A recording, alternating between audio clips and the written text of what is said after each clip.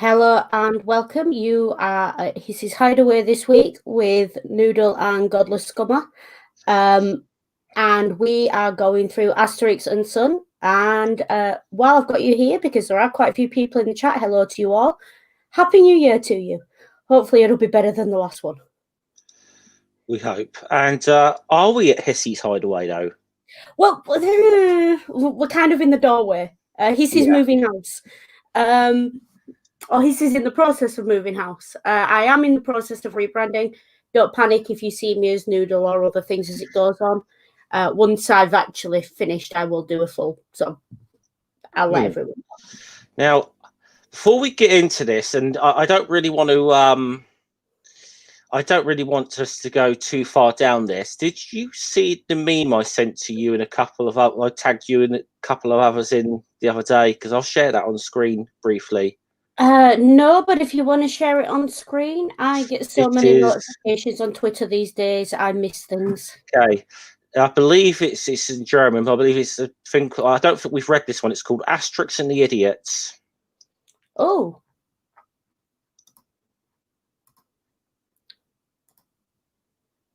Oh yes, I did see this, and I'm very glad you brought it up.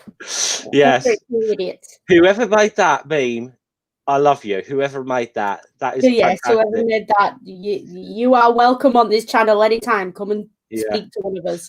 Let us know. Yeah. And we will certainly like to have any discussion you'd like. So, New Year. Not so new start in the world, but we are having a little bit of fun. And I am determined we are going to have fun this session because this is a nice, reasonable story. Yep. Not too much to be upset by. And yeah, I think it's fun. It's fun for me personally. This was a lot of fun. A lot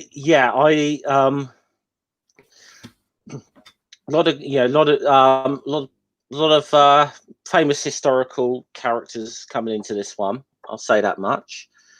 But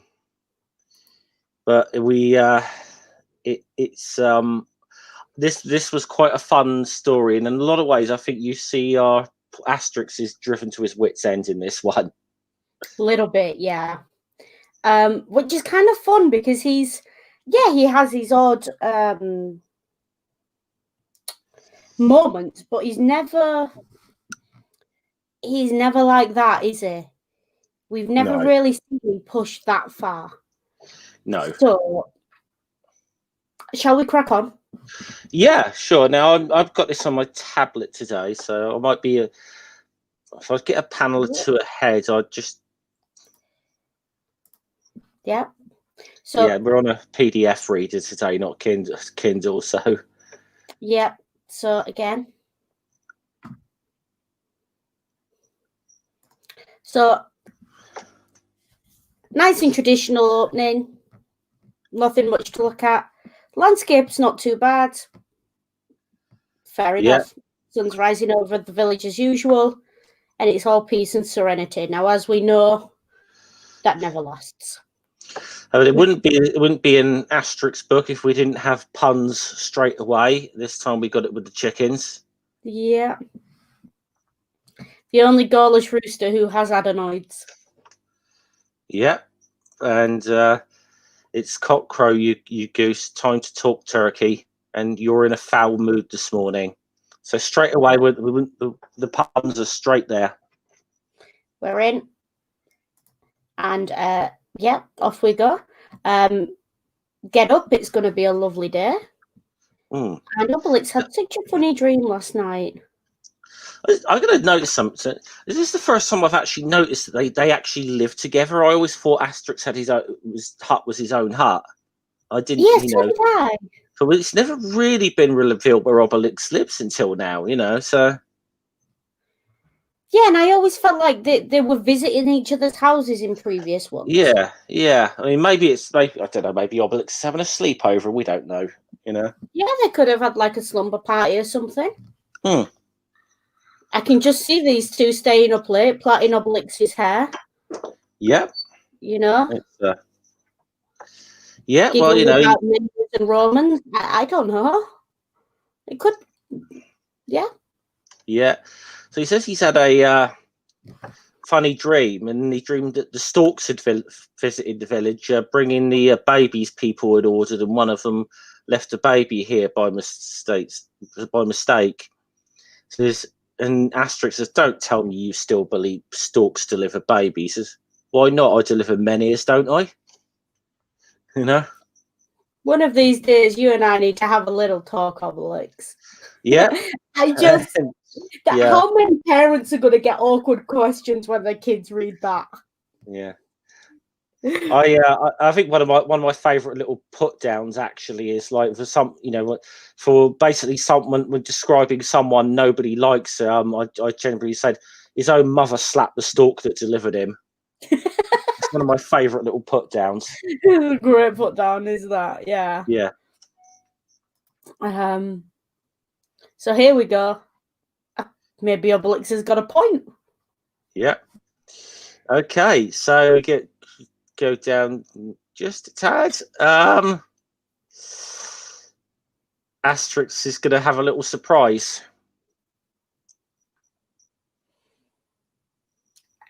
Baby's arrived. Yep.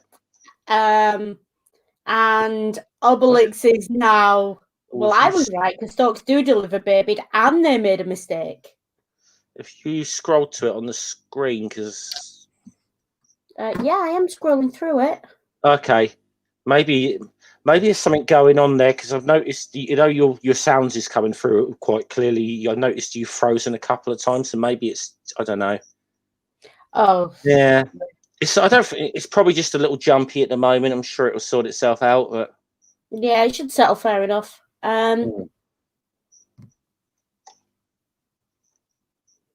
Yeah, because we're like on the screen on your screen on the stream at the moment. It's you still got the picture of like Obelix and Asterix getting out of bed. Like that's kind of what you got on screen at the moment.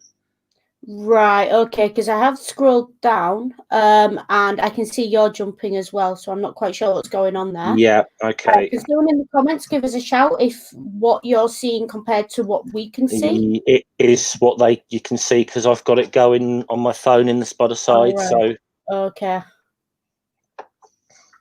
that's quite odd. that? Okay. Do you want me to try? I don't know if it's going to work better on mine or something. I don't know. Do you want to give it a go? Because I know it's not my computer, but it might be my internet, so we never know. We'll try it. We'll try it. See what happens. Let me share. Right. Okay. Chrome tab. Okay, I've shared mine on this, and I'll. Okay, just give me a sec now. Browse down to. Oh, come on. Where am I getting? Okay. That's kind of where we.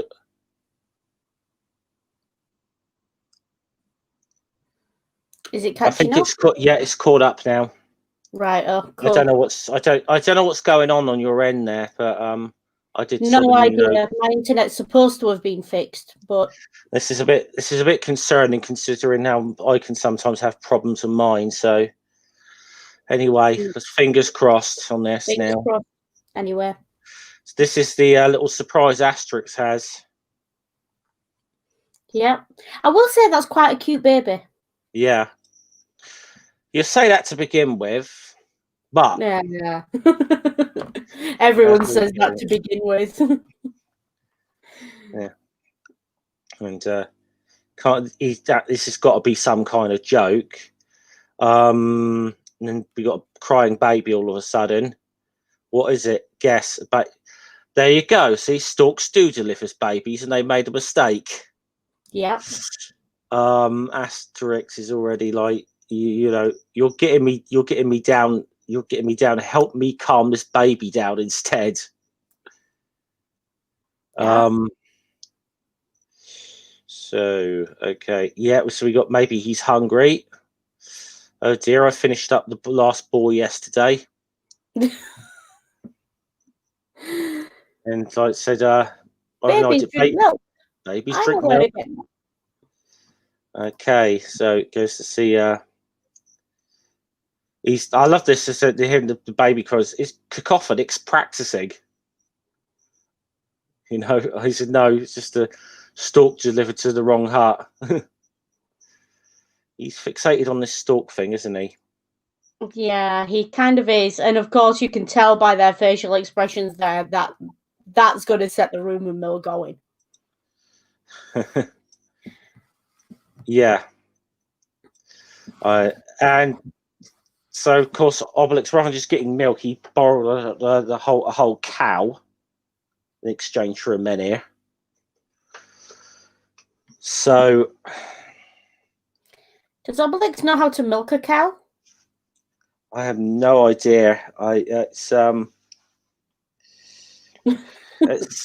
one way of getting milk, I suppose. But now to milk the cow, and let's get it over with. Doesn't look like he's having too much joy of it. That sounds so wrong here. Hurry up! Psh, psh. It's like, yeah. Can see you know about as much about cows as you do about storks. Hold this baby, I'll do it. Mm. And Obelix, that. Yeah. The baby's wet through. Whose fault's that? Yeah. Milk the cow, got him a bottle, and now they're gonna have to and give him a change. This next pun's really great. I swapped a shop sold manure for a gourd with a teat. Oh, yeah. A teat for cat. So he's got a little gourd with like a baby bottle. For that. You feel while I summon the village council. I don't know, but I don't know how a baby feeds. Never mind, he does. So I love this. I feel as if the whole world is what was watching me and laughing. And it's little. The dog at the bottom. Yeah.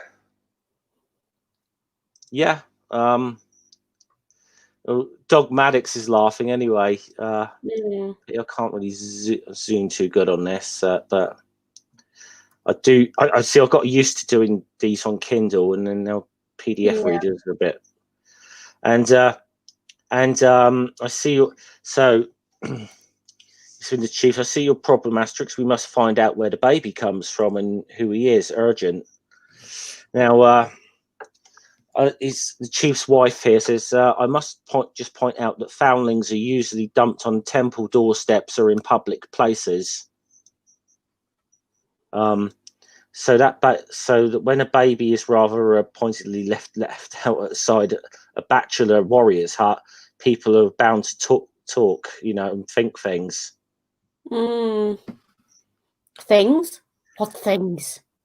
And I just like the fact you've got the chief, Cacophonix, and Gedifix all just looking in, not saying a word. And like, Asterix, like, you out of your mind? Yeah. One might even think Mr. Asterix would have no trouble in finding that baby's mother. And I've got to say, this is the one time I would say the fact that Asterix is pushed to a point here where he's actually ready to hit her. Well, if you think about the level of insinuations that are going on in that comment. Yeah. First, she's insinuating that he'd sleep with someone he wasn't in a committed relationship with. Then she's insinuating that he would leave this poor woman pregnant. Then she's insinuating that this woman doesn't want to be married with him and doesn't want his child. And then that he would lie about all this. It is quite an insinuation, isn't it? And the fact that now he's actually having to be restrained. I mean, to be fair, if someone accused me of that, I'd be. Yeah. Yeah. Asterix, come quick, that's the baby calling me. As he runs out of there. I'll tell you what, actually, that could have gone really badly. If you think about a situation like that in real life, he's about to, because you think about it, he's about to assault a woman here, and doing it right in front of her husband, who happens to be the chief. That could have been a really bad. Yeah, that's like 3 seconds away from being the climax of a Jeremy Kyle episode. Yes. Yeah. Which we thankfully he does not cross that line. It's I think it'd be very difficult to justify if he did. I think it's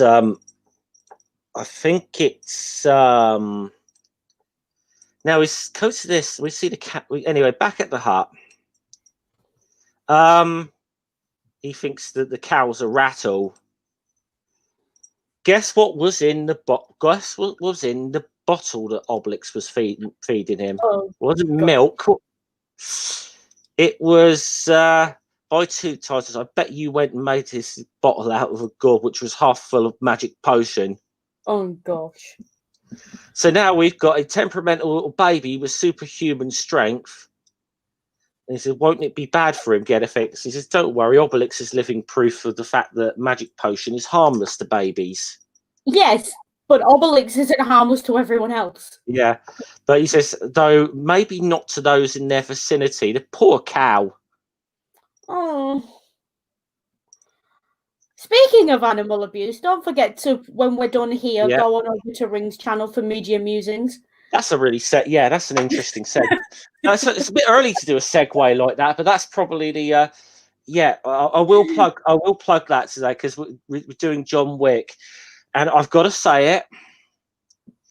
I've got to say it to everybody now. If people do not go and watch Ring's stream after this, the services of the Continental will no longer be open to you, and I will have no choice but to declare you all excommunicado. I had to say it. You had to. Okay, anyway. Sorry. We're not quite there yet, so off we go. Well, we'll plug that again a bit later so people don't forget. I will say, dear. Just the idea of Obelix threatening this baby, just... Yeah. Got a lot of bottle, eh? You want to smack bottom, and then the baby... pulls his nose because that's what babies do. Yeah.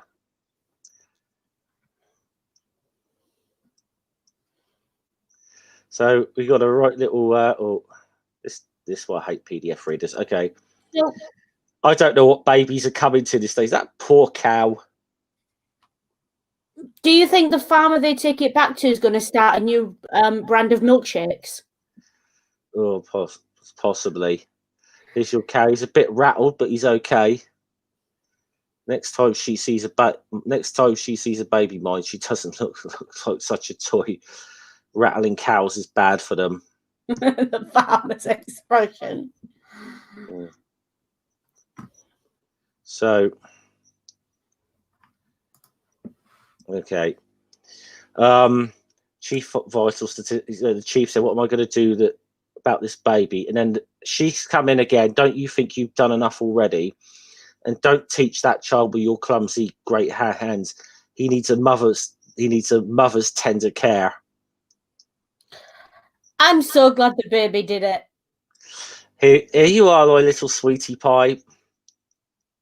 I'm glad the baby did it and Asterix didn't. I'll say that much. Yeah, because I mean, she deserved it. She deserved it, but it's still you don't want to see your hero hitting a woman. Yeah, and you don't want to see a grown man do something like that, do you? Especially not in a children's comic. But a baby doing it, yeah, you can get away with that. And she was kind of asking for it a bit. I mean, we got with the insinuation she was making it to Asterix, She's quite clearly meant to be the irritant in this one. You come over with me, and in the future, I don't want you mixing with people whose effect on all around them is so devastating. Impediment. Oh, this is the funny thing. He's the chief of the village, But there's no two ways who's the chief in that relationship. Yeah, no. And I will say as well, that baby, that's a hell of a right hook. Look at the shiner she got there. Yeah. I mean, I know he's full of magic potion, but still. Yeah. And I like the fact Asterix is like, says, I think that baby has his head screwed on the right way. Mm-hmm. And says, well, that settles it. He's definitely picked you two as his adoptive fathers. Asterix and Obelix, the guardianship of this child with all its weighty responsibilities is now yours. Take good care of him. I will now, and Cocofix, I will now give you you an ode on the joys of family life. And you try it. Certain blacksmith is like, yeah. I will point out, though, an ode on the joys of having a baby sung by Cacophonix is probably accurate to what it sounds like having a baby. Yeah. So... It certainly is. I finally got him to sleep anyway.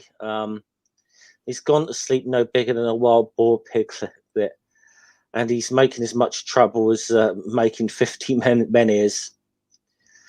Who on earth could have been bold enough to abandon this baby? And I love this. He's still going on about the storks. Asterix, you're being mean in this one. Like, at least this baby is pushing him to the baby is pushing him to the limit here. Yeah. You definitely see it a bit more of a nasty side of him here. Yeah. And that's what's come. So they start arguing. This always happens when they start arguing. Yeah. This time we now get a page of bottle puns and milk puns with them shouting at one another. Yeah. What's going to happen when these two are shouting at each other? They shout, and suddenly they're Obelix, do you not think he's rocking the baby a bit violently? Yeah, a little bit. I think he's more in the baby than anything else. Yeah, Asterix is like, I think it's high time we went in search of that baby's parents. You got a highlight rings comment there. Yeah. I mean, two fathers. Yeah. You know.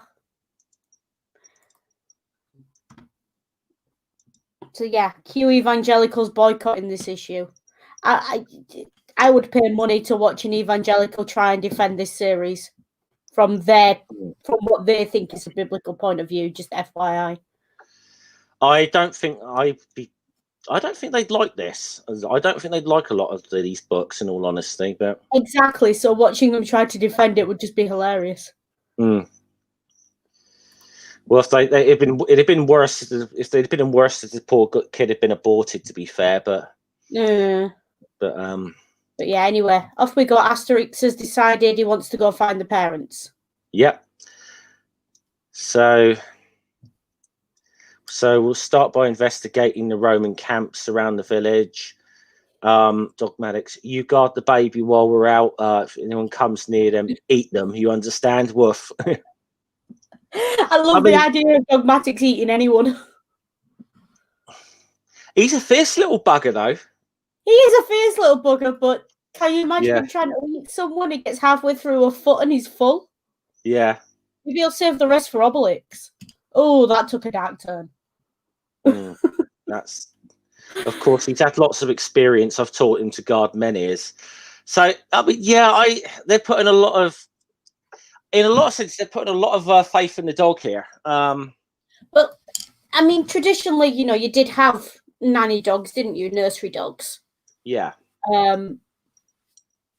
Who watch babies, and for the record, dogs are very, very can be very, very protective over babies. Yeah, and I will say for the record as well, dogs are not like it's very much dependent on the dog whether the dog is a danger to a child. It's got very little to do with the breed and everything to do with the training and the owners. Yeah, I've said it many, many times that A lot of the time, I feel it's certain owners that need putting down and not dogs. Yeah, no, I mean, I know I live in an area where a lot of people own dogs, and the biggest dogs are sweethearts, and the little ones are the ones you don't want anywhere near you. So basically, dogmatics, basically. Yeah, well, there's a woman on the street, a couple of streets away. She owns this Yorkie, and you've seen the dog I've had in the background of a few streams. He's not a small dog, and this Yorkie chased him for 3 streets. And it really was like something out of a bad cartoon. I can tell you that many, many years ago, we had a Chihuahua, and let's just say every German Shepherd or Rottweiler in the area was terrified of him. I will say, I will. Chihuahuas are the exception that proves the rule. They're mean little buggers. And I do agree with Ring. Yes, Dogmatics is still best boy. Yes, Dogmatics is still best boy. So, this is one thing I think that perhaps is a little bit of a feminist, that maybe perhaps it shows you definitely why these two are not cut out to be looking after a kid, because they do have this tendency. I've noticed this a couple of times in this book, to go off and leave that kid by himself. Yeah, and I mean, magic potion aside, it's still a kid. Yeah, they're so they're going out to see the Romans. I love this. I'm Christmas Cactus. Christmas Cactus, Prefect of Gaul. Yeah.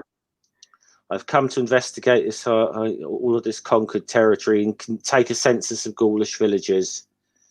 And so the Romans basically turned up, says, "You've got one thing wrong there, Roman. This village still holds out against invaders, and we're the ones doing the investigating. We'll see about that, men. At my word." This is what happens whenever a new Roman turns up. It's got to be a new Roman, because the ones who've been before know better. They know better. We do actually get a translation this time for the Latin. Forward march, charge, to arms, take aim. Yeah.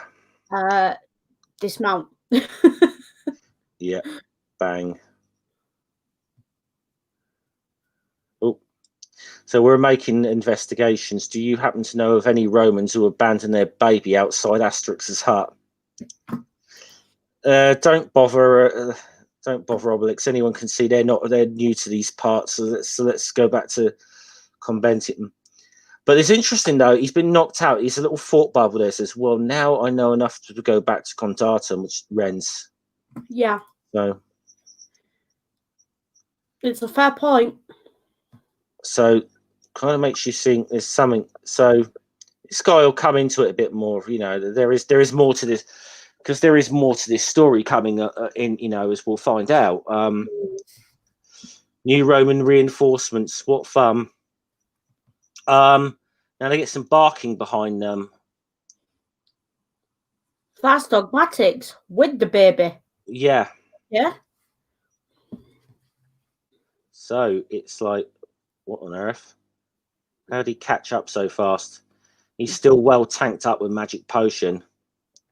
What do we do, Asterix? He's like, oh well, we'll just simply have to, take him with us and carry on. Which see how he made straight for me when he felt lonely. Asterix is a bit of a git in this one. Yes, I expected he wanted to chew the fat. Yeah.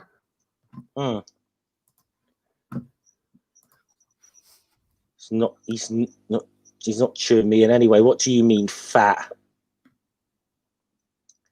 So first they go to the first camp, Compendium. The French are supposed to be famous for turning out diplomats, but I don't think Obelix is one of them. No.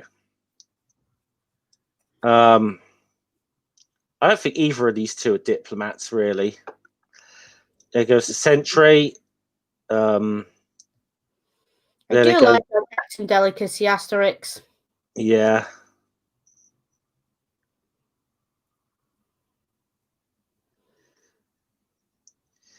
And so, anyone recognize the baby? Nope. So they go around the other. There's the other. So they go. There's the other camps here. Just scroll back up a little bit. Yeah. Because this comment, do you recognize this baby? I've recognized 14 babies waiting for me in Rome, but I'm almost certain that's not one of mine. Yeah. Do you know what? Say what you want about this particular. I think he's a centurion. He's got his honor. At least he keeps his responsibilities. And he's. I think we should probably point out that the pun that's going on here is, if a child was born out of wedlock, the father would have to recognize the child, in order for them to have a name and therefore have their citizenship. So that's what's going on here. But there's also a thing of, actually, in Roman families, when the actual wife of the family had a baby, the father had the opportunity to reject the baby. The baby would be brought to the father, and if he turned his back on the father, the baby would be, left at a temple, or I'll be back in 2 sex Noodle. Abandoned 2 somewhere sex else. Noodle. Yeah. Yep. Little boy's room, I'm afraid. Fair enough. So yeah, they would. That is a thing that would happen, and it was not uncommon for babies to be abandoned. Bodies, Rome had the Tiber running through it, and I won't say anything more explicit than that because it's quite horrible. But they could reject the baby for any number of reasons. If it was born and it was, and I say this in air quotes, so please no one come at me for this word, but defective in some way, they would often reject it.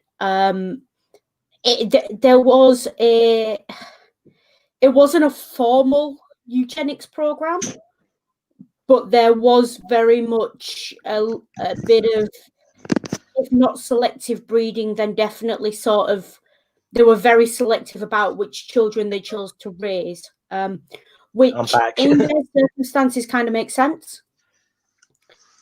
Because you're looking at a time in ancient Rome where even in the upper class families, the chances of a child making it to adulthood were already pretty damn slim.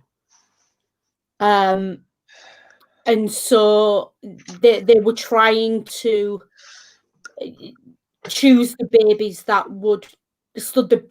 they thought would stand the best chance of survival. So if the baby was small or had a visible disability or something, they were less likely to keep that child. Unless they were a really high up family. There are stories of members of sort of imperial dynasties having particular disabilities. But that, the common people would not have had that option. When you're struggling to put food on the table, another mouth to feed that is probably not going to survive anyway. It's horrible, but that's the situation they were in historically. So sometimes they would just abandon the baby. So, I mean, all power to this particular centurion for recognizing all these kids. Good on him. Right, we get on a little bit. I've skipped a couple of panels because this is mainly them going around all the other Roman camps, and they get to the final one. And he says, and they've been beaten up. He says, look, the centurion said, I do know someone who may be able to help you. He says, we've had a visit from a prefect this morning. He's going around taking a census of all the local Gauls. He says, we know that. So he says, well, he said, that's just a pretext. The prefect told me his real job was to look for a baby. It might well be this one. So there we go. There, like I said, there was more to this story, which is bound to be because the baby had to come from somewhere. So they decide they're going to have to find this prefect again. Yeah. Roman camps are like pockets. You never find what you're after till you get to the last one. again, that's another reference to, was it Socrates? Don't remember this. I don't remember. You always find it in the last place you're looking. I think it sounds like something Socrates would have come out with. Mm. Although then again, the way Diogenes was a troll, it might have been him too. Of course it is. Why would you keep looking? It's one of those things that sounds really deep and just isn't.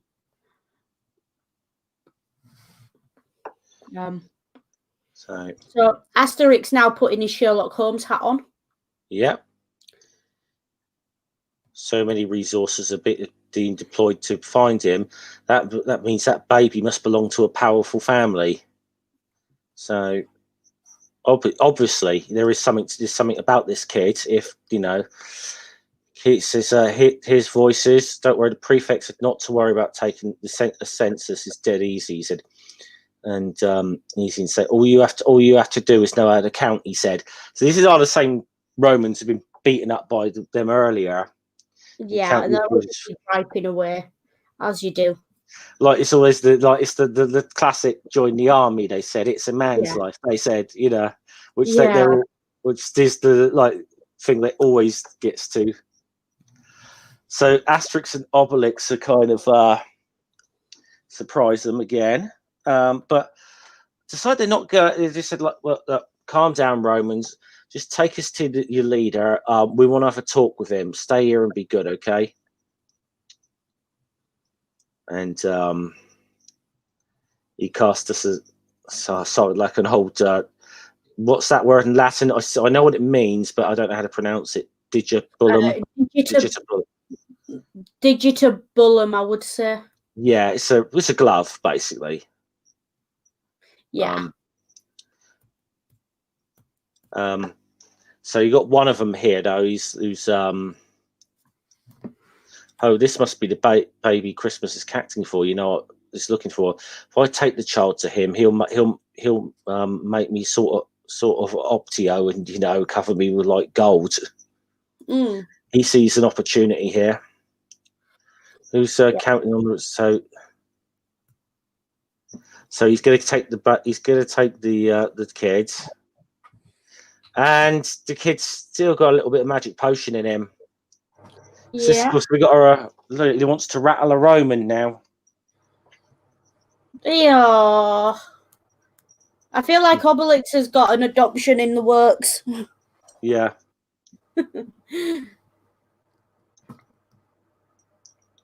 Little girls upon their backs to buy them. He actually points out, you know, we've got a lot in common. He's pointing out to the kid. The Romans are running now. The Romans they're getting out of here now. That's a great little quote. Is that run for it? Big girls have little girls upon their backs to buy them, or us and little girls have lesser girls, and so ad infinitum. So meanwhile, at the resident of the prefect of Armorica, sends a messenger off to Rome. He says, "Don't bother, Cactus. Look who turns up." One Brutus. Of course. That's right. I've come especially for Rome, especially to hear about our latest little affair. Judging by your, where is it? Oh, darn it. There you go. Judging by your slovenly appearance and contact with the local barbarians, you know, it's bad for you. Contact with this investigation you wanted is risky, you know. Yeah, I will say, and I'm gonna. Sorry, don't mind me. I'm just trying to get my heat up working because I'm. No worries. This is. Do you want to talk about the origin of the term of a knight in shining armor? Because this is nice. I'm going to have to refresh my memory on that, actually. So the thing about a knight in shining armor is, throughout sort of the chivalric period, a shining armor was great. You know, you went to tournaments and you look good. But everyone knows the minute you actually go into battle, your armor gets dirty, it gets scratched, it gets dented. Yeah. And nowadays, a knight in shining armor is someone who's, you know, saved you and looked after you. Yeah. Originally, that term has changed over time, and it actually started out as being someone who is all chivalry for sure, but has never actually seen any real battle. Yeah. You know, it's now sort of like the sort of someone, the hero coming in to save the day, kind of, or someone who trying to do that. Or I mean, it's taken on a little bit of a I won't go too much in this, but you often hear last few years you've heard the term white knighting for someone or whatever, which is more of a negative, which has got a little bit more of a negative connotation to it. But yeah, and that's probably closer to the original meaning than the concept of a knight in shining armor that we have. Yeah, knight in shining armor is someone who's never been tried and tested in battle. It's it's someone who's all talk and no trousers. It's that kind of idiomatic expression. But it's actually, I'm just looking at it here. It's not that old of a phrase. Not relatively, not for English. No, it's a 20th century thing. Actually, it's I can tell, best we can tell. I just quickly googled that, but it's I think with it, a lot of the thing with the concept that we have of a knight in shining armor through the 20th century is based on a fundamental misunderstanding of what chivalry is and what chivalry was and was supposed to be, which I don't have time to go into, and it's not this area, but it's... Where's my banner? I have it. It's not what you think. I promise it's not what you think. So yeah, unless you think it's just basically probably the closest thing we have to a forerunner of things like the Geneva Convention. So very little to do with maidens and singing up at balconies. So we'll get on to what's happening here is you've got he basically explains what the problem is, and Brutus is like, Caesar's often told me about that village of like crazy but indomitable ghouls who drink this magic potion. So he's sort, but Brutus is all sort of like, but I'll have that baby even if I have to put all Gaul to fire in the sword. Good luck with that. Yeah, I don't think that there's definitely no attempt to revive Brutus's public image in this book, is there? He's clear, we'll get on. We'll have to we'll get on to him a little bit later. There's a lot to discuss later on the historical thing of this. I'm sure most people here know. I'm sure most people here know. You don't have to be much of an expert in Roman history to have heard of Brutus, though. I mean, to be fair, you only ever have had to vaguely heard of Shakespeare to know about Brutus. Yeah, it's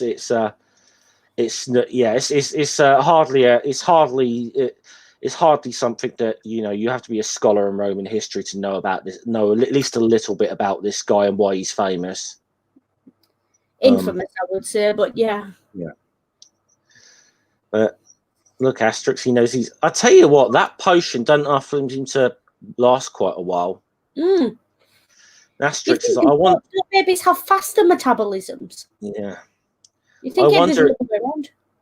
I wonder if we're setting that child a good example. That's just a great comment from Asterix, because no, you're not. Well, they've repaired the door, put the baby to put Dogmatics back on guard again, and this is what I mean. Dogmatics and the baby came after them the last time, so it's like, is that lies? This is what I mean about these two shouldn't really be looking after a kid. Really, it's like you kind of almost feel you like go and get Gedifex and ask him to babysit for a little while or something. I loved it. He said, I love this. I've got to deliver a menhir to Bucolic. So menhirs have a long shelf wait. Can't it wait? He says, no. He's like, always make sure they're shifted before their sell-by date. Yeah. No, I think the funny thing, it took me forever to learn why bottled water has a sell-by date on it. Kind of to that. To those who don't know, it has a sell-by date on it because plastic goes off. Yes. So just watch yourselves. It's one of those things that everyone jokingly says, "Why has it got a sell-by date?" But there is a good reason.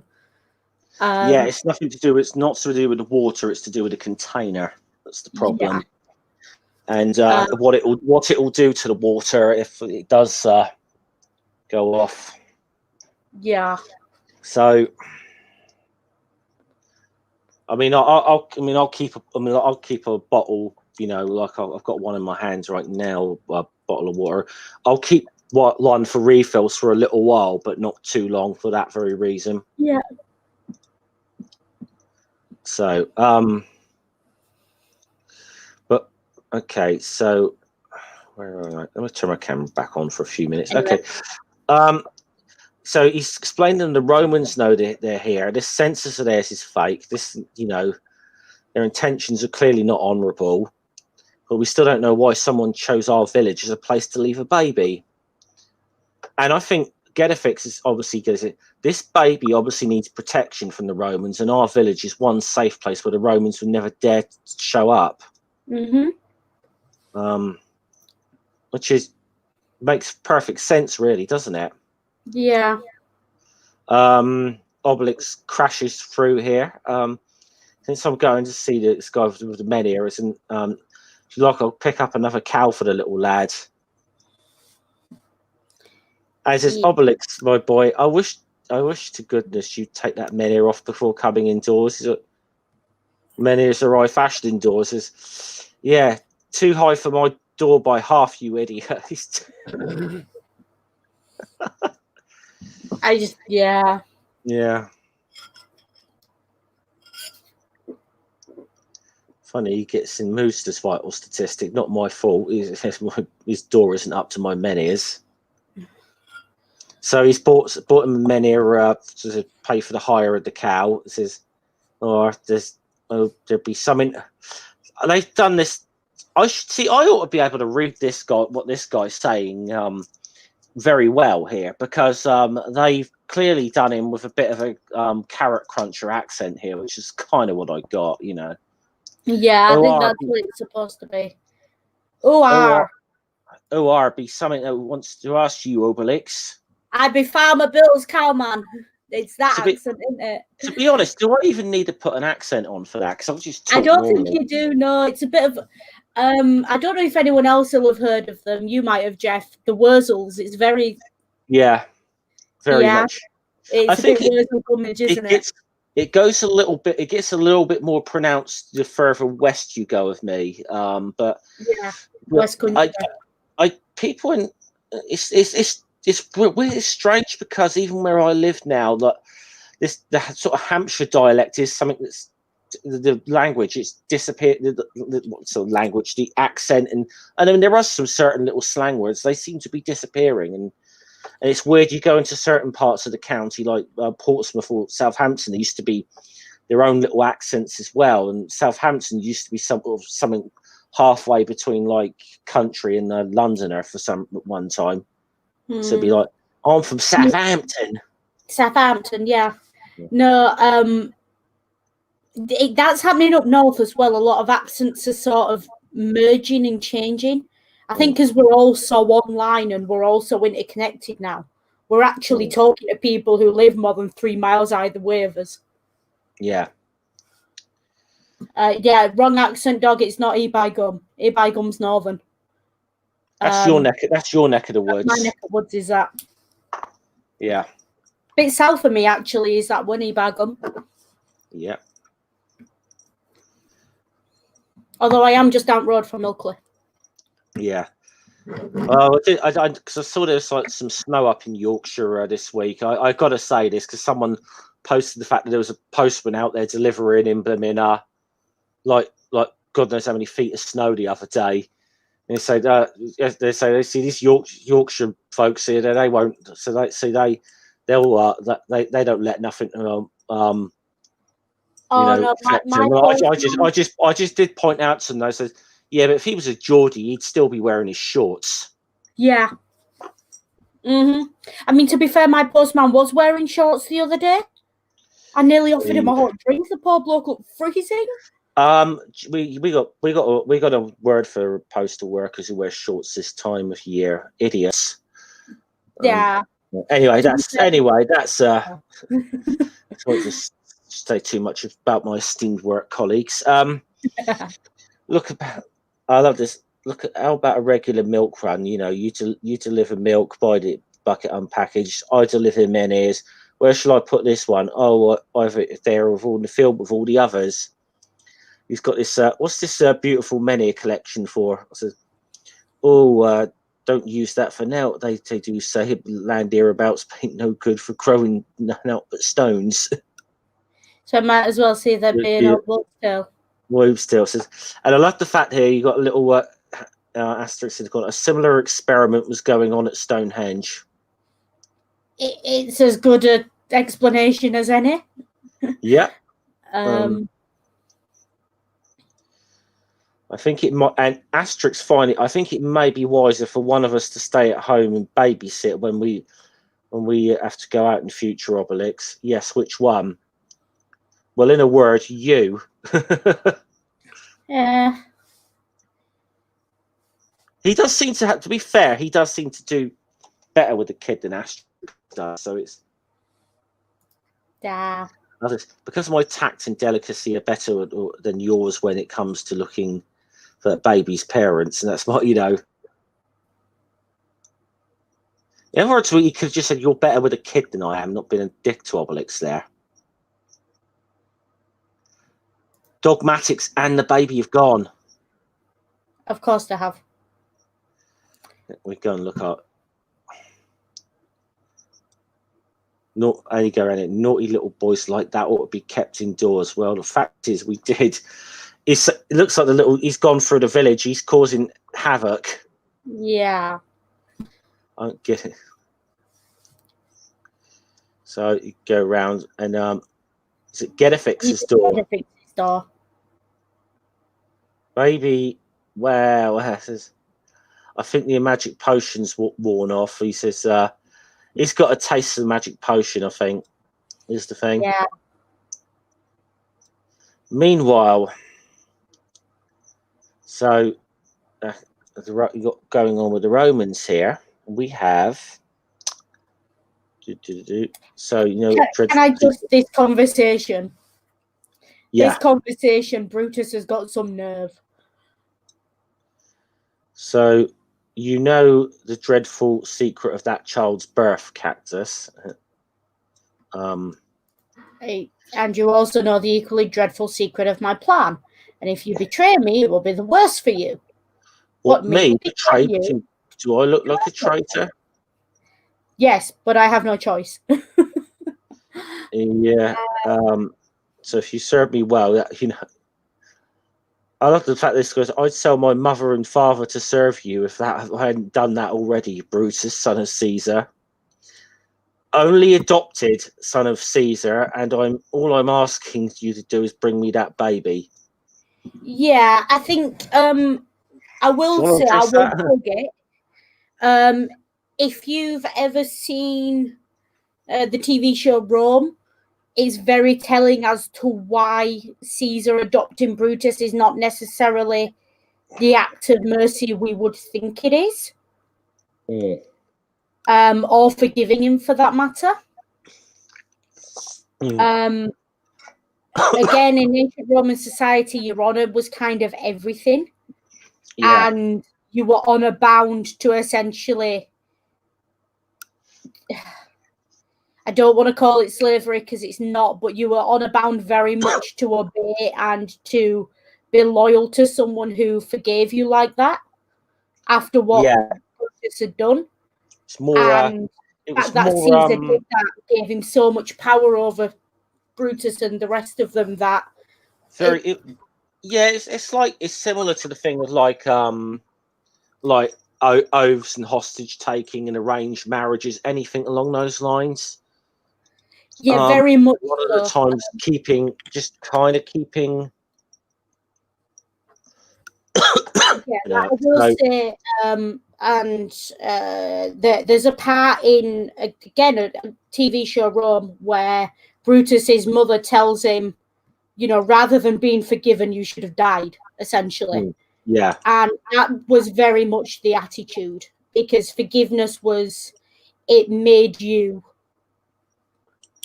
It was a real social stigma to have not died for something you claim to believe in. Because, you know, where are your principles? Why weren't you willing to die for it? Yeah.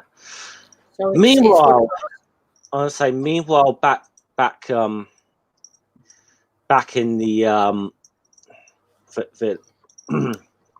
they're trying to get this baby back to sleep, and Obelix is suggesting, "Why don't we just give him a drop more magic potion? Maybe." He says, "You'll do no such thing. You two have created enough havoc already."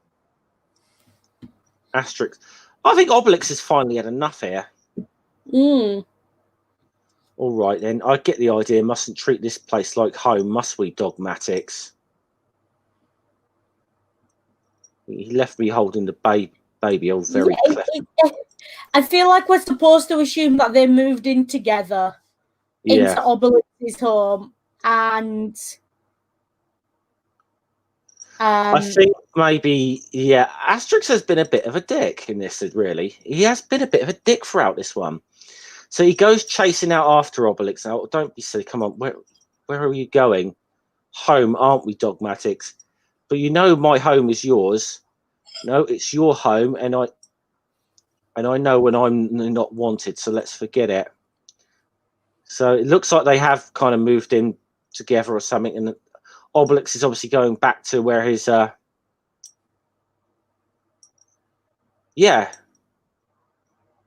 to his wherever he stayed near his quarry.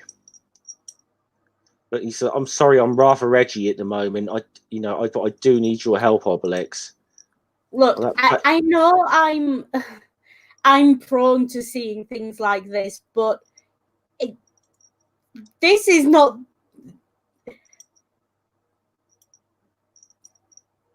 There's definitely fan fiction of these two out there somewhere. I'll put money on it. I'm gonna word it like that. If there isn't, Noodle might be obliging sometime in the future. Just saying. They're like an old married couple, these two. They very much are. There must be. Yeah, I bet there's got to be. Yeah. Well, it's not being played straight, is it? It's probably the wrong phrase to use. Phrasing. Yeah, I can guarantee you that like we said earlier, some of the evangelicals are definitely would read into this. Yeah. But I mean, they go and say, they go on. I get the idea, or all you want is an excuse to wriggle out of it. That's what you. And the fact that he actually calls him a big fat coward. To say that again. You don't call Obelix fat twice. Or a coward.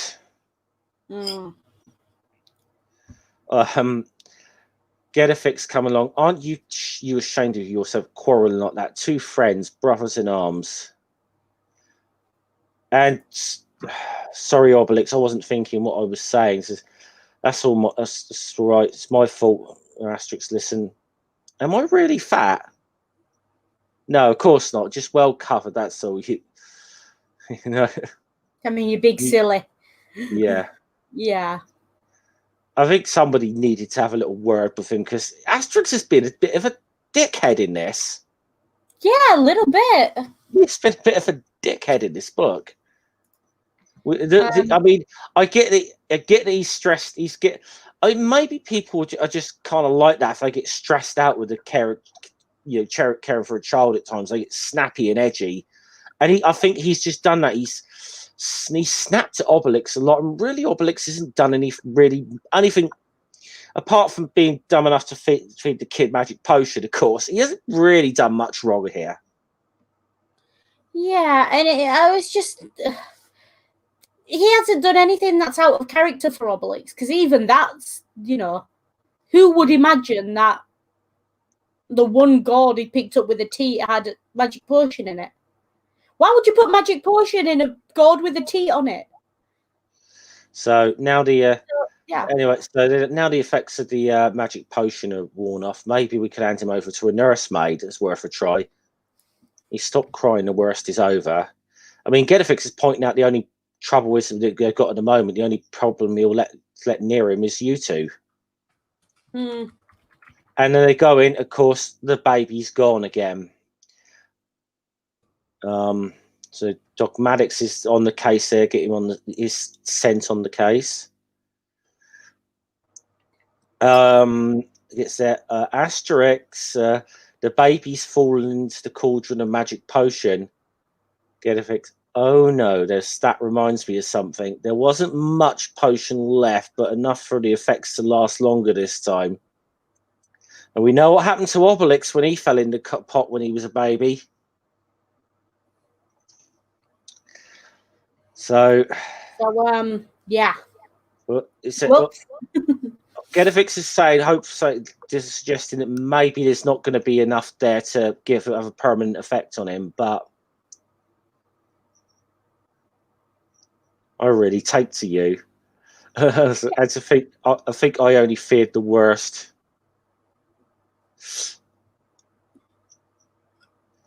Meanwhile, Marcus Junius, that's how do you pronounce that? Is it Gunius Brutus? Marcus Junius. Yeah. Junius, it would be. Yeah. Yeah. Brutus, Junius Brutus. Since we want our HQ to be in here, it's the indomitable cause. Why don't we use one of the surrounding fortified camps? So he says Caesar might get to hear it if it's doing. I'm not too keen on have him asking what I'm doing here in Armorica. So he's up to something. So you know he's up to something behind Caesar's back here, and it's involving this kid. Yeah. So Holt, we will pitch camp here.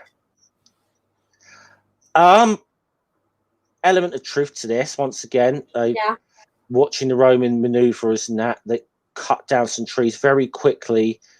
Make a lot of the time they are of course they actually kind of more or less had flat pack, IKEA forts basically, and very quickly and I will say maybe not ones that are that well done, not that elaborate necessarily, but certainly capable of knocking up a livable camp for an overnight halt in the space of a couple of hours. A defense, and that could be a defensive position. Yeah, there was probably something more like this one bit they've got off to the side for Brutus there. I think they could produce something like that very, very quickly. Well, it's not even for Brutus, actually. It turns out it's a legionary, isn't it? So what's that? Yeah, the legionary. It's my tent. I can't stand the way the others snore in bed. Fair enough, yeah. So again, but, standard equipment for a Roman soldier was a shovel. This is, we're not... they'd spent a lot of time digging. And it was one of those standing jokes about the Roman army. Join to fight, learn to dig. Because literally building roads everywhere. Most of what you see of the basic infrastructure outside of the city of Rome that was built by the Roman Empire was built by its soldiers. Yeah. I'm not talking about the big temples and things. I'm just talking about the roads, the water. The roads. Yeah. I mean, a lot of the things. Because some of the emperors as well. Hadrian was very well known for this. I mean, not only do you build things for your own legacy, I suppose, but building projects were also like renovation projects were a good way of keeping the army busy if there wasn't a war on. Yeah, very nifty way of keeping the soldiers busy. And I think there was generally a feeling that idle armies lead to plotting armies. I think in Rome. Yeah. Oh yeah, very much so. It was always necessary, even if you weren't necessarily, because certainly when you get to a lot of people will say, I would say probably was Hadrian, the sort of the policy changed of a little bit of, okay, these are the borders of the empire, we're not going any further. And I would say his successor Antoninus did try to go a bit further, because a lot of people, he did try. A lot of people don't know that there's a second Roman wall going across northern Britain, and it's in Scotland, and it's about 150 miles north of Hadrian's Wall, the Antonine Wall. The Antonine Wall, yeah, which is not nowhere near as elaborate as Hadrian's Wall. It's more like a grass, bit like Offa's Dyke or something like that. Is closer to than like Hadrian's Wall or anything. It's more of an earth and ramparts, and it was maybe a palisade sort of thing. And to be honest, they went north of it, and they didn't last long, and they pretty much retreated to Hadrian's Wall not long after that. They abandoned it and decided not to push any further north. So but it's often, Hadrian is often sort of marked the point where there's a bit of a change in policy from expand to, okay, let's consolidate and hold on to what we got, kind of thing. Just to give everyone a quick idea,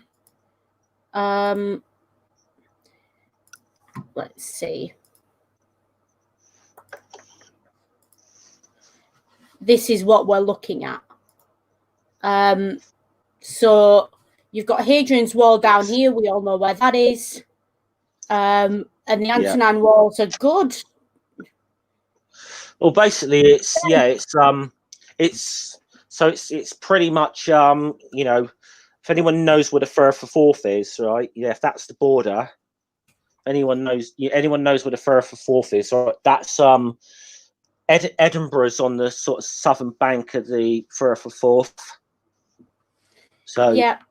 And question in the chat there from Robert X. This story was published in 1983. Yeah. Oh yeah. So by the way, yeah, I'll just say, yeah, I know, Robert, that Hadrian's Wall was way later than the events in this book are portrayed. I'm well aware of that. They do that. They kind of take anything from pretty much pre-Crusades, from the fall of Greece. Yeah.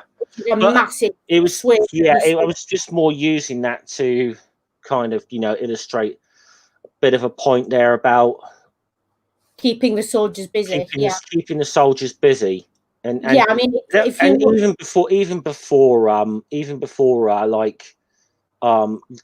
Hadrian or whatever, that was still very much a valid policy, and it was, they did build the infrastructure, so that was more the point we were trying to make there. Yeah, I mean, normally these stories are claimed to be around 42 AD. 50 BC. Yeah, 50 BC, because we're dealing in Caesar's time here. So yes, what was Hadrian about? What, 120 AD or something like that? Off the top of my head. Yeah. It's definitely, I can see the point you're making as an example, and it's a famous example. But yeah, Robert X, we're not claiming that the Hadrian's Wall was a thing at this time period at all. Yes. Okay, so where are we? Okay, Romans, Brutus and the Centurion. They got that little that legionary who tried to get the baby earlier. He said, I almost got him back. He says, but the baby threw me around like a rattle and swung me over his head. And I said, your man seems to have had a knock on the kaput. He says, he's not quite kaput, but he's may yet be useful. Yeah. So good little puns there as usual. So they've got an idea. He says, he's got an idea here. This baby likes playing rattles. You can take some sort of, just disguise yourself as a ghoulish peddler, get in there, go in there, and say you're trying to sell them, say you've got like a baby's rattle for him or something. If you agree and succeed, you'll get to be Optio, so he's going to be getting a promotion. And if I say no? If I say no, the usual threat that tends to happen in these books. You'll go for dinner for the lions in the circus, I do like, I would say mid-10s, mid-20 we did say a lot of, and like, and it's that sort of like, I read this particular one as being a bit of a teenager. Yeah. He reads like a teenager a little bit.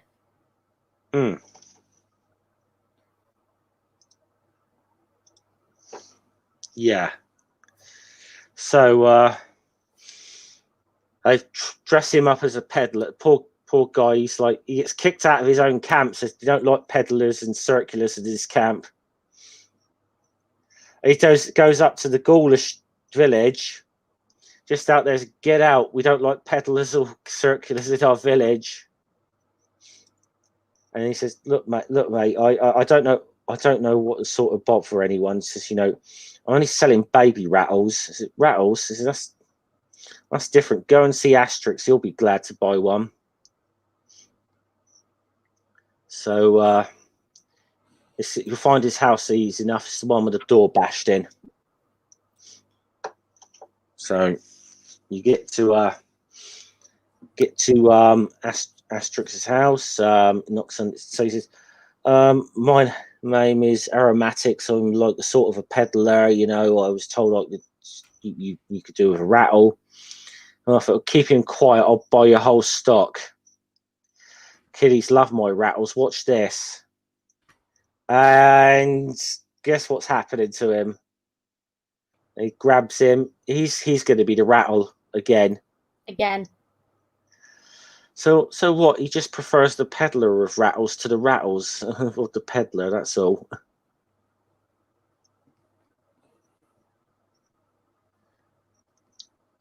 So, oh, damn it. Okay. Okay. Terribly sorry. We still have to solve the problem. Only we could take him out hunting boars with us, but he might come home and thump the whole village, all the village animals. Yeah. So they don't know what to do with this. Yeah, they're kind of trying to figure out what to do with this kid whilst they got the Roman spy there. Sure, but if you like, you're busy. Why don't I look after him? And he's like, do you think you ought to take the risk, Obelix? And this peddler would be taking the risk. So they make the mistake. They leave him with the Roman. They leave him with this Roman spy. I wonder if the lions in the circus might have sort of been a better bet. Yeah. I mean,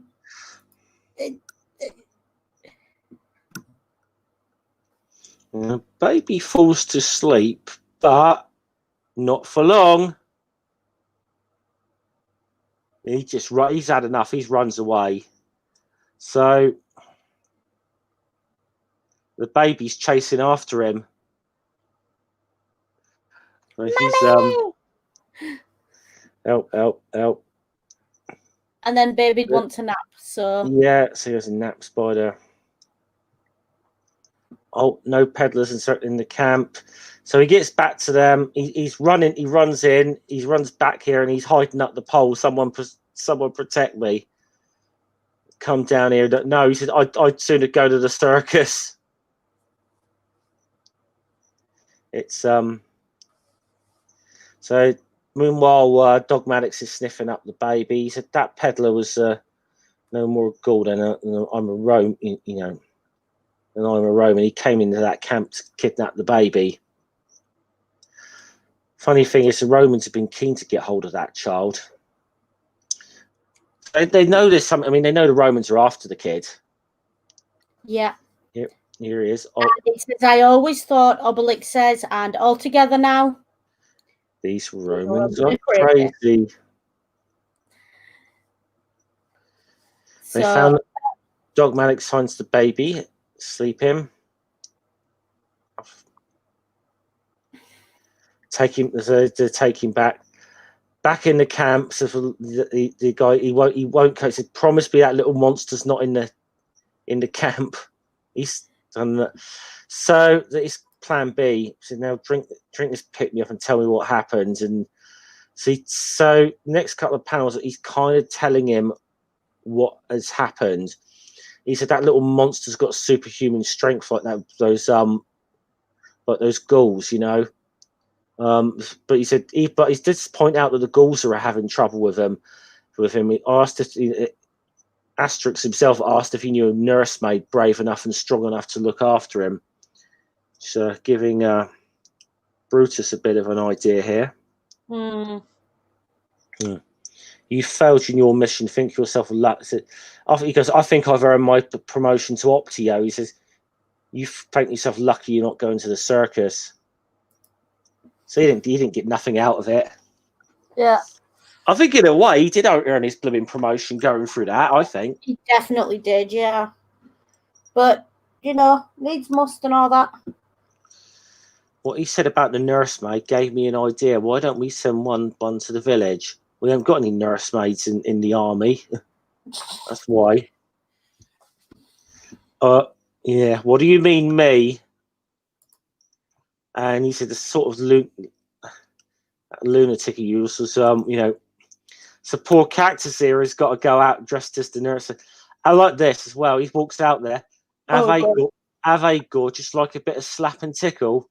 Yeah. That's the only slap and tickle you're getting. Yeah. Now, there's not a woman on the planet who hasn't wanted to do that at some point.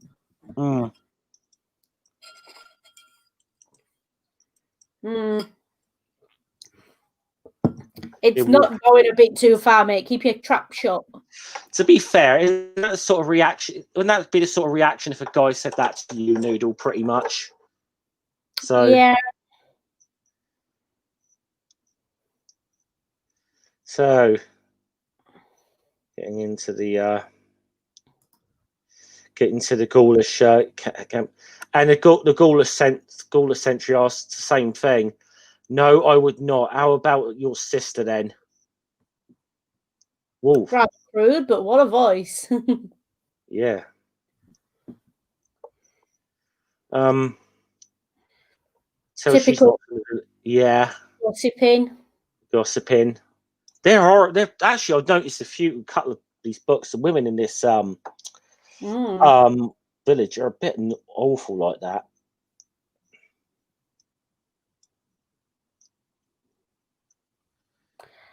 Yeah.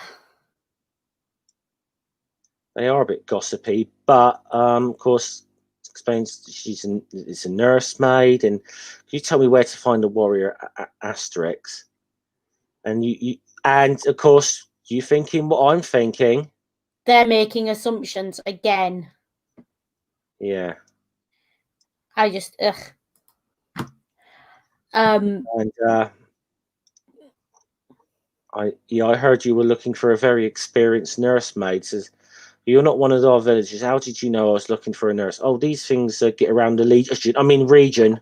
You know, especially when something to a bold and famous warrior like Asterix. What do they? This Obelix. What do they say me in the about me in the region? Oh, they must be I must be speaking to Obelix, the handsome and seductive many delivery man. He's embracing in the role. I'll give him that. Yeah, like a little too much, if you ask me. This book is very it's very liberal for the 80s, isn't it? Yeah. I think that's one way of putting it. I mean, don't get me wrong, it's great, but very liberal for the 80s. There's a lot of undertones you could read into this particular one. Yeah, definitely something I could imagine, like the evangelicals having their knickers in a twist over this. Yeah. Okay, so so they can always try. Oh, funny! Feel like I've seen her somewhere before. Maybe she's no more of a nursemaid than that peddler, Obelix is taken in, but straight away, bang out the door. I did warn you, he's impossible. I'm not rattled. I got off to a flying start.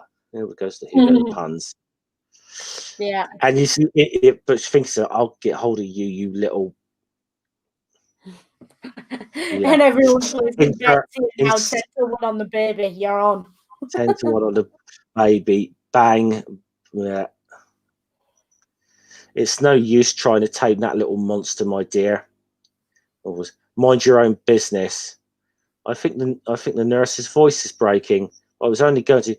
You keep out of this and get back to your pots and pans, woman. Bang. Gets the impedimentus to not having that. Fancy speaking to a chief's wife like that.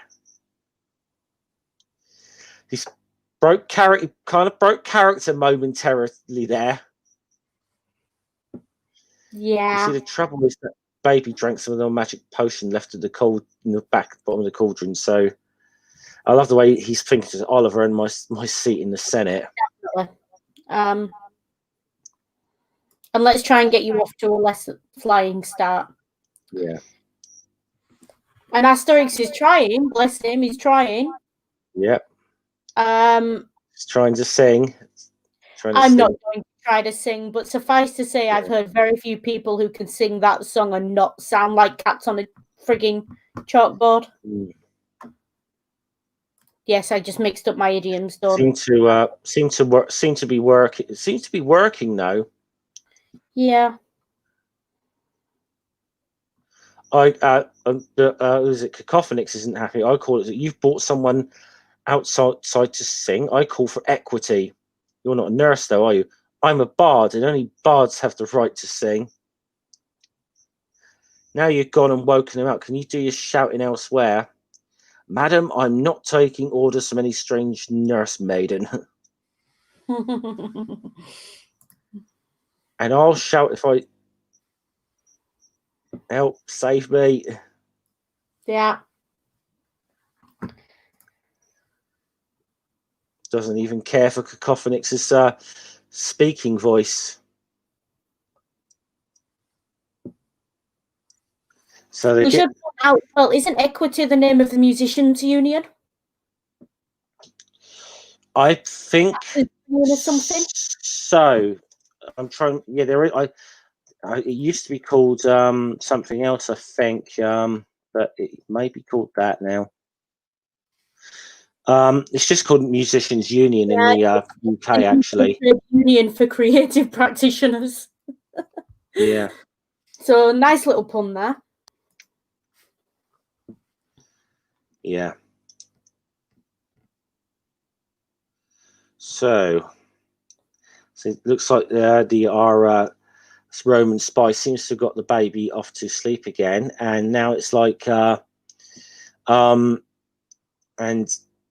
finding a way of getting rid of Asterix and Obelix by singing them off. Good work. Impediments. Good work. Vital statistics. Marvelous. I call. What have I done now? You're the chief of the village. This village. And you let a woman outside this village come under a bachelor's roof, live under a bachelor's. That's great. But Pedimenta, dear, she's only a nurse of the baby. Exactly. Such promiscuity. Shocking.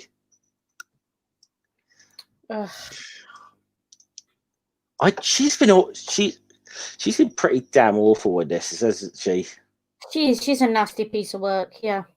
But yeah, Oh, or it'll be on. I love it. No, I love this panel. I love this Yeah, panel. I'm not enjoying this adventure very much, Obelix. Oh, it'll be all right. I'm sure it's sure to end with a banquet under the starry sky, same as usual. There's a little wink to the audience, to the reader. Yeah. Little.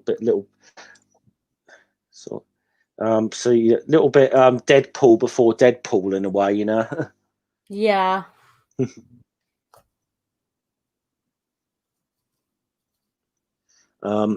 Like a private word with you, Asterix. About that nurse River, tongues are beginning to wag. Could you go and stay somewhere else for the time being? I couldn't care less about the village gossip, but I'll do as you suggest, vital statistics, just to oblige you. And moving out, you'll so Obelix does have his own place, so he's moving in with Obelix for a little while. Falls less the coast clear. I can easily make off with a baby in the dead of night. That night, he's about to get out. The baby starts crying, so has to start singing to it again. And then the whole village is like, put a sock in it. Well, you're foiled.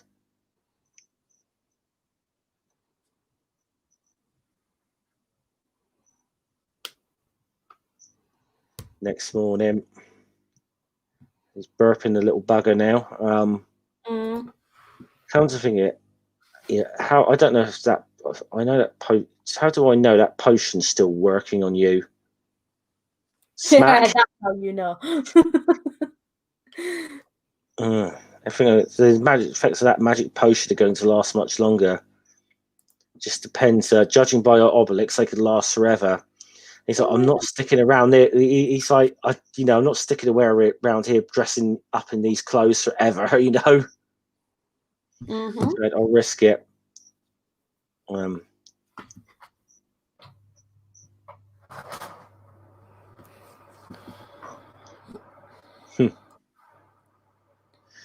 it's all the songs just been singing. Pack up your troubles now. Yeah, they're all like First World War, aren't they? Yeah. Yeah. I'm trying. Yeah.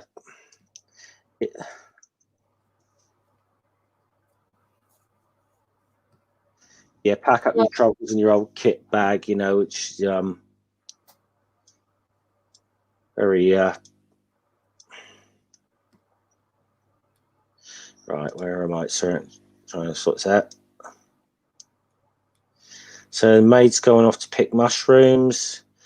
Let's wait off my mind. And then it's got the baby with. The baby escapes. Yeah. God, wait, do I catch you, you little insert swear word? Help. Don't leave me alone. And the wig comes off. He goes running back. And we've got a sleepy baby by the tree again. Similar to what happened to this proves that Moon, we've all been fought. They've realised too this. They said, why don't we find out who she really was? And I'd love to investigate that Roman camp again. We can't put the baby at risk. The Romans at risk. The Romans will be sure to think there's something else up, which is right. So now you get back. You've got the Roman. He's come back and he's like, no. I don't want to be. I've said it. Just don't let me near that monster ever again. He's telling Brutus. He says, I told you I'd put all the gall to the fire and sword if necessary. So now let's light the fire. So comes some of the siege equipment. We talked about this, didn't we, the other week or two ago? We did. Well, that looks very much like a ballista, that thing, the giant crossbow thing. Yeah, I think that's what it's meant to be, isn't it? Yeah, we talked about that. Are you really going to put all gall to the fire and sword, Brutus? well, those villager, those indomitable Gauls will do. I'm on the faction, and the Gaulish huts will burn fast as well. This Roman, and said the Romans are being more persistent and cunning than normal. We've got to be taking, and take more care than usual, and gossip less too. Thank you, Vital Statistics. Yeah. Thank you for finally telling her. Yeah. And because you can tell that's aimed at her as well. Yeah, and she can tell as well. Look at the expression. Yeah. And so, meanwhile, several million person. So actually, just say a Roman mile. Yeah. There from the Passes me very fiery arrows. The signal. You ready? Fire. Romans are attacking. See, this is like they've never gone. See, this is what I mean. That Brutus, they've never gone this far before, have they? No. They're actually lighting the village. You take the women. Tells them take the women and children down to the beach. We'll deal with the Romans. And so they give. So said, look, I'll leave him in your care. I'm sure he'll be good. Everybody line up and silence. Don't panic. Mm-hmm. I just always wish you should have done that as Clive done. Don't panic, Mr. Manorin. You start to see some of the. I suppose it's one of those things you've seen all the bad elements of these characters, but then when it comes to the crunch, you kind of see why he's a good chief and she's a good chief's wife and she's a leader in her own right. Despite all the faults, you kind of do sort of see that a little bit. Yeah. So she's taking him. Yeah. Leadership. So for all the faults and all the things you could say about her, you've got to. Hey, we've got Sam Chaos lurking in there. Hey, Sam. Sam. Okay, seems rather funny. So they're lining up for the magic potion. The Romans are playing with fire, so now let's show them what we can cook up. Charge. And come out. Outnumber them. We shall not be moved. Oh, yes, you will. So that's what you think. I'm crashing in.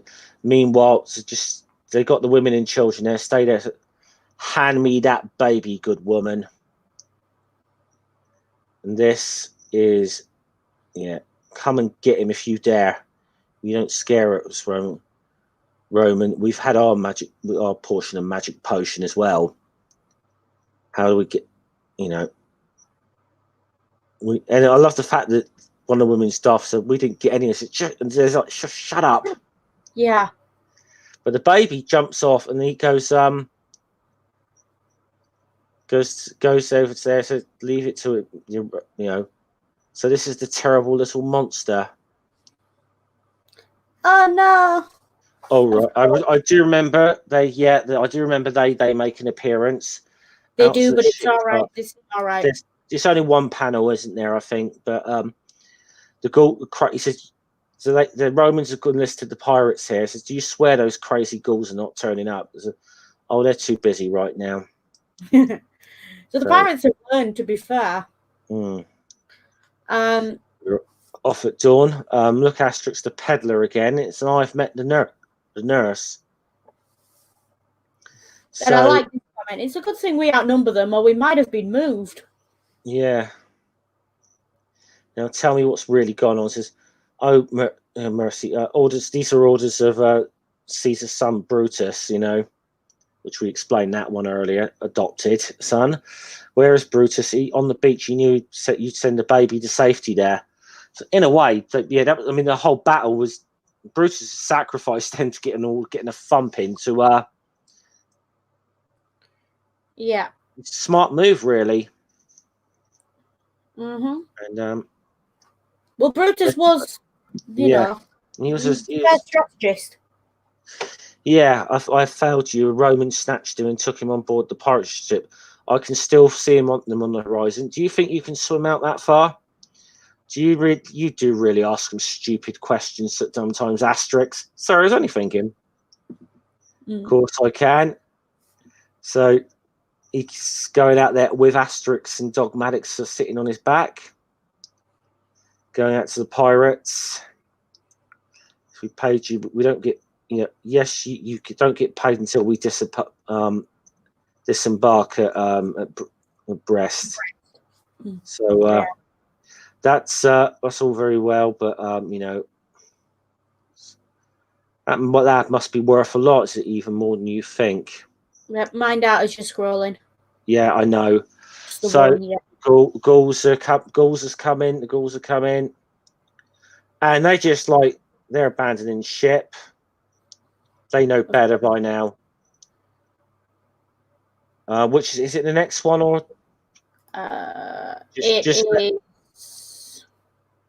Just let me know because I don't want to scroll. To the bottom of this page. It's the top of the next one. Okay. You know. You've all probably gathered what we're trying to avoid by now, but yes, the pirates are, the Numidian pirate is. Yeah. Come here, it'll be worse. About Dogmatix bites him. This one. Got past it, right? That's it. I'm past it. So hurrah, for Asterix and Dogmatix, and then have you discovered the secrets of that bird? And I loved it. Just what is going on here, and it's Caesar has turned up. Oh damn it! That's why I hate PDF reading because I'm trying to scroll. Are you all right there? Yes, Brutus. I've come to see little upper Germanis. My spies told me what you're up to, decimating my legions just to get hold of a baby. And who is this baby? Out with it. That's just what I was going to ask him. And then you hear a voice from behind saying, "That baby, O Caesar, is your son." Cleo! This splash page is gorgeous. Yeah. She doesn't have to make an entrance. And what a nose. And what a nose. Caesarian. That's Caesarian. Yes, and that's true. As everyone, probably people know, Caesar and Cleopatra did have a son together. So, Caesarian. So, they did have a son in real life. He was called Caesarian even. Let's carry on a bit and then we can go into the history because I think there's more going on here. Well, we haven't got too much here, but he said, my son, but I thought you left him safe I thought you were in my palace in Rome. Says, did you say safe? After you left, that villainous Brutus made several attempts to do away with Caesarian, hoping to become sole heir to your property and very fortune.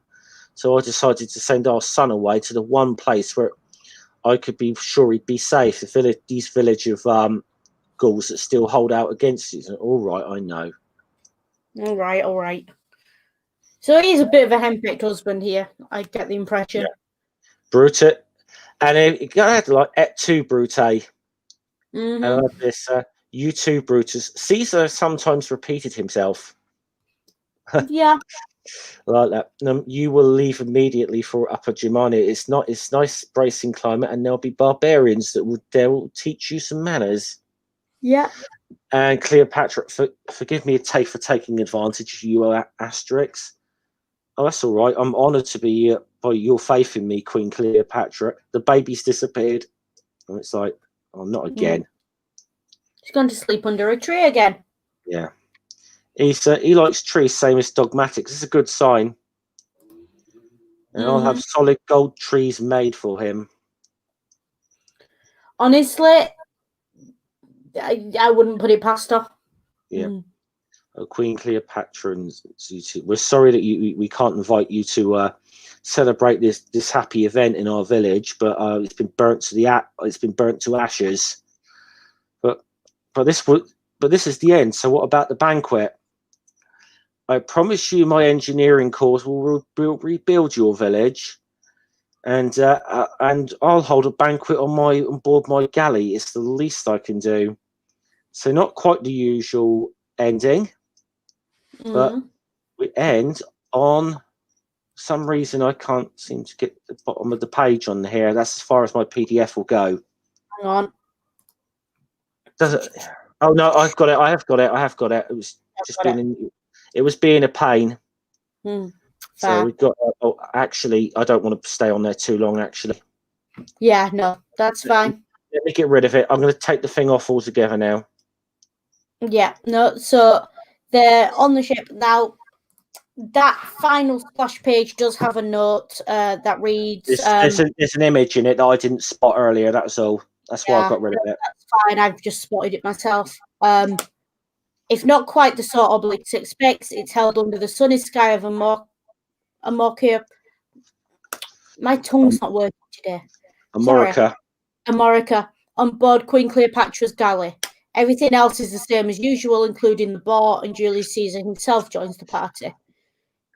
Yeah. The young hero who lies there sound asleep, unaware that one day, under the name of Ptolemy the 16th, he will rule Egypt. Technically. On paper, yeah. On paper, yes. Technically, he was ruler of Egypt from being like 2 or 3 years old. I always thought he was Ptolemy the 15th, but yeah. They got him as 16th in here, didn't they, I think, but yeah. Although poor kid, as I was saying earlier, kids didn't last long. He was the story of Caesarion is that he was raised by Cleopatra. She was grooming him to take over. But then obviously things went wrong for her. And as they went wrong for her, we don't know exactly how he was killed. Best guess is he was probably strangled. We're pretty sure that Octavian / better known as Augustus would have been the one who had this. Him would have ordered it. There's no two ways about that. Yeah, Augustus. I think there's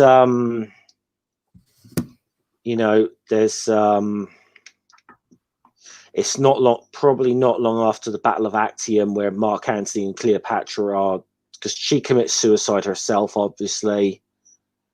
And then, although to be fair, that's also in dispute whether they committed suicide, whether that's just propaganda and they were actually murdered.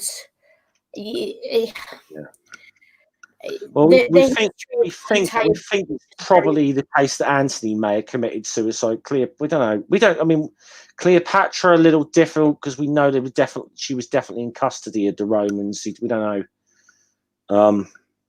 Yeah, it's one of those where. Ironically,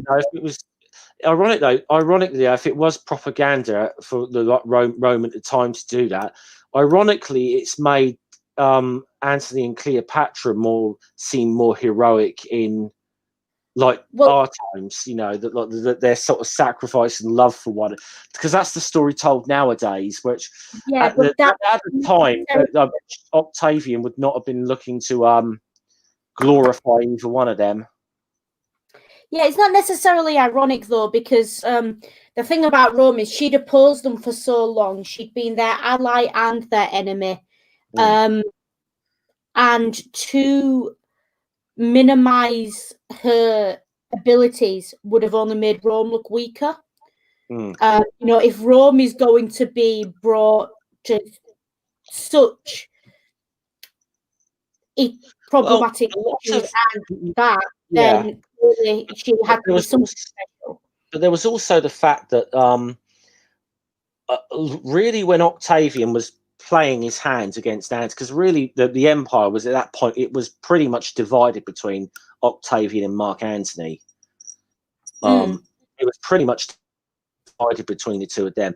Really, when Octavian played his hand, he did the thing of, in a lot of ways, he demonized Cleopatra and not Antony, because I think he knew there was a lot of Antony still had a certain amount of sway, support with the people, but it was more like we're gonna, we don't want to kill Anthony. We want to rescue him from this harlot, this witch. Yeah, no, they did use that a lot, and they used a lot used. of the fact that it was a woman, the fact that she was female, Yeah.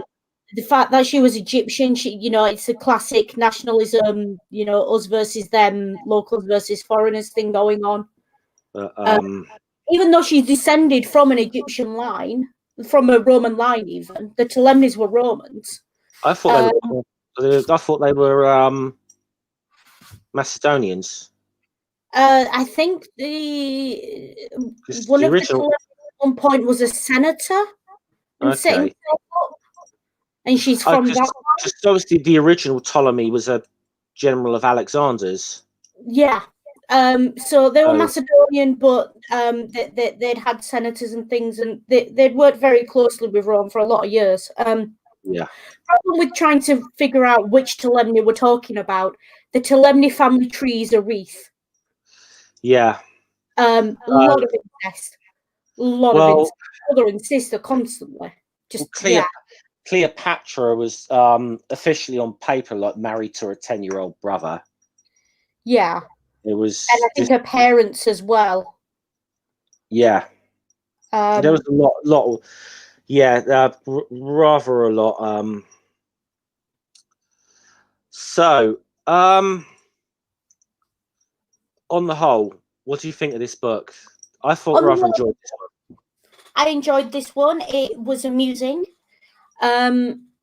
It's just a nice story. I'm not too keen on the presentation of the chief's wife, but you can't win them all. Yeah, I mean, I think at the end there, though, you kind of sort of saw why she is quite good. That she is a leader, and she is a leader and did what she could to keep them safe. I think there's a lot of the time for the flaws of these characters, like vital statistics. At times he's the hen pet husband, but when it comes down to it, he's a damn good chief, and he leads his people well when it really comes down to it. Yeah, Robert, she has got a little bit of the Hyacinth about her, hasn't she? With the way she's the gossip and the way she thinks she's cut above everyone else. Yeah, really, she's pretty common as muck.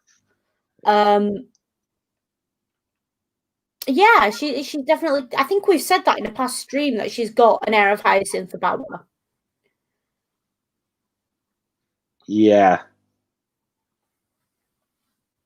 Sorry, just posting something in the live chat because we want people to start heading in a few minutes. Yeah. So we've enjoyed the banquet and the book, and we're going to send you over to Ring Stream where he's discussing John Wick.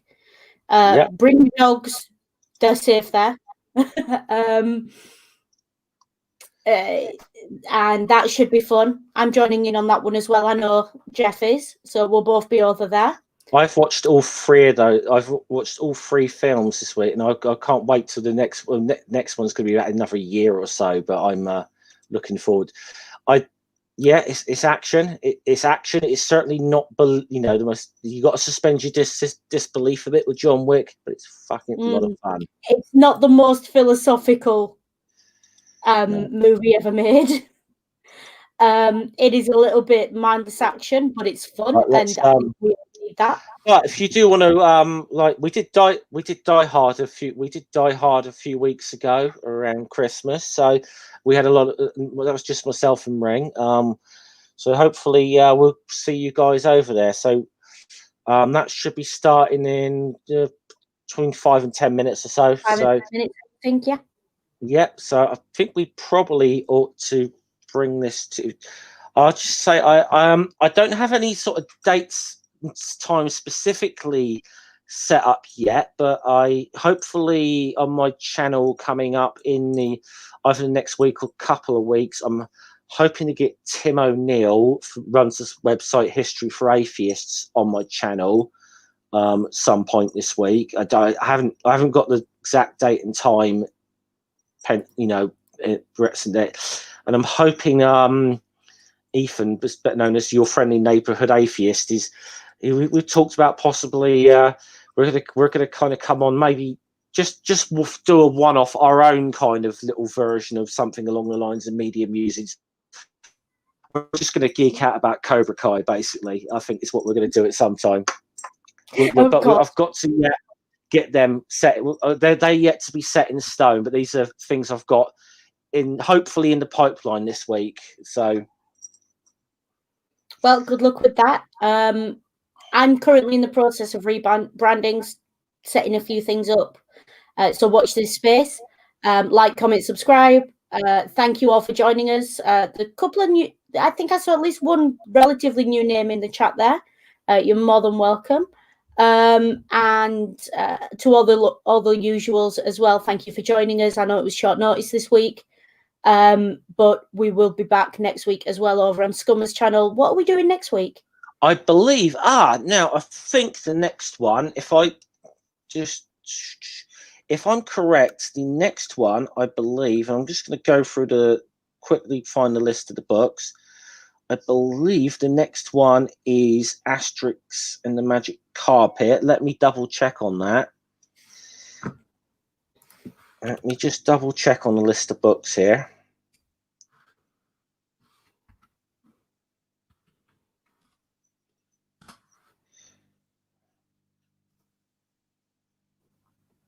Oh. Yes, it is. Okay, well, hopefully, I'm just going to say, I'm hoping that Hopswatch may join us for that one as well. I'm hoping he's invited, and if he's still listening or lurking anywhere, he already knows he's invited to that one. So we're hoping, fingers crossed, we're going to get Hops on for that as well. Yeah. So that should be fun. So that's next week. Right now, head over to Ring to discuss John Wick. Tagline, Jeff? I don't do the taglines, as you know. I need to come up with a decent one that isn't perhaps crude. Really, that's about. I'll just see you guys later. Have a good one. Salute. Yep. And as always from me, take care, be good, and if you can't be good, be careful.